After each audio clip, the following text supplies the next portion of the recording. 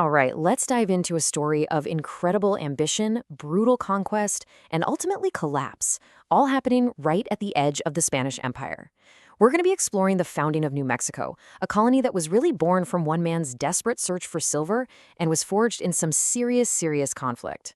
So picture this. It's 1598, a huge expedition. We're talking hundreds of soldiers, settlers, and missionaries is marching north from New Spain into what we now call the American Southwest.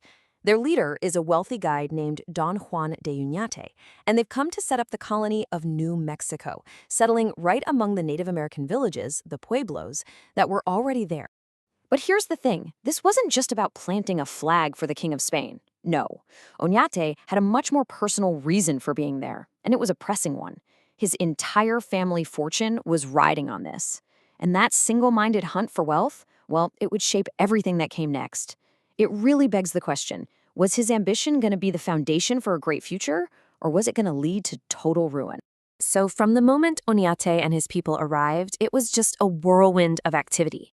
And everything he did was driven by that one single-minded goal.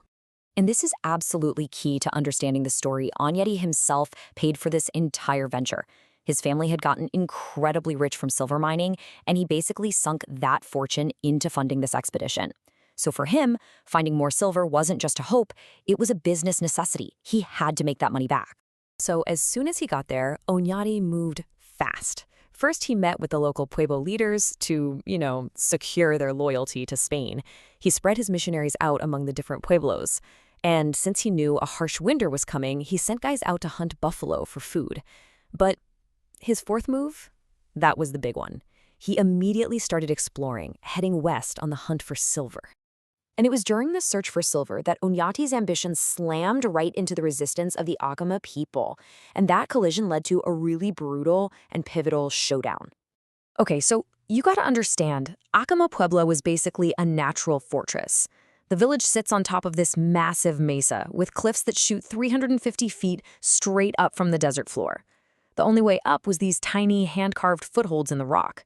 I mean, you can imagine the Acoma people felt completely safe up there, almost untouchable in their Sky Pueblo. And things went bad fast. In late 1598, Oñate's nephew shows up at Acoma trying to trade for supplies, but the Acomas weren't having it. They attacked, and they killed him and 10 of his men. When Oñate heard the news, he knew this was a make-or-break moment. He had to respond, or he'd lose control of the whole colony. So he sends his nephew's brother with 70 men to demand that Acoma hand over the attackers. The Acoma's response? A volley of arrows. The line had been drawn. What happened next was just a brutal 2-day battle. The Spanish weren't just trying to win. They were determined to make an example of Acoma, to crush this rebellion with absolute overwhelming force. The Spanish attack was this wild feat of brutal logistics. While one group attacked the front, a smaller team secretly climbed up the other side of the mesa. And then on day 2, they did something that seems almost impossible. They managed to haul 2 heavy bronze cannons all the way to the top. That was the game changer. Once those cannons were in place and loaded with metal shot, the battle was pretty much decided. After 2 days of intense fighting, the Pueblo surrendered. The cost for the Acoma people was just staggering. Hundreds were dead. And the Spanish? In stark contrast, they lost a single man. Oñate's punishment for the survivors was designed to send a terrifying message. And boy, was it severe. Every single person over the age of 12 was sentenced to 20 years of servitude.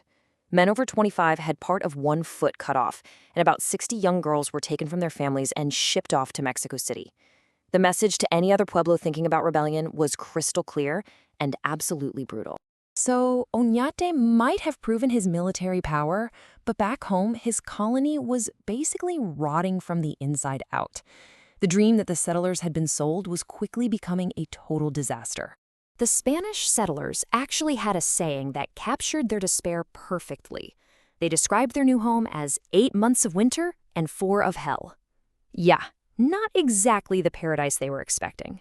So while Oñate was off exploring the Great Plains, still dreaming about future glories, his colonists had just had enough. They were dealing with famine, a brutal climate, and the constant fear of another attack, all under his really strict rule. But the biggest factor? They finally realized the devastating truth.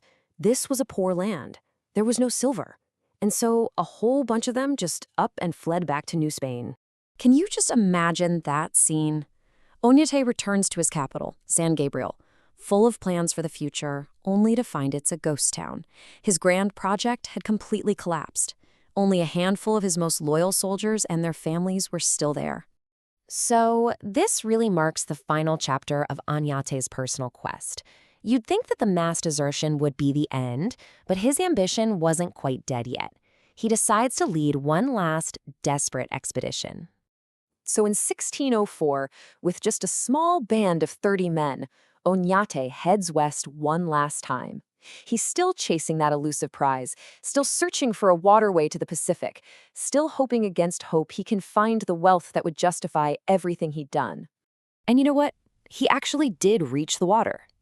He followed the Colorado River all the way down to the Gulf of California.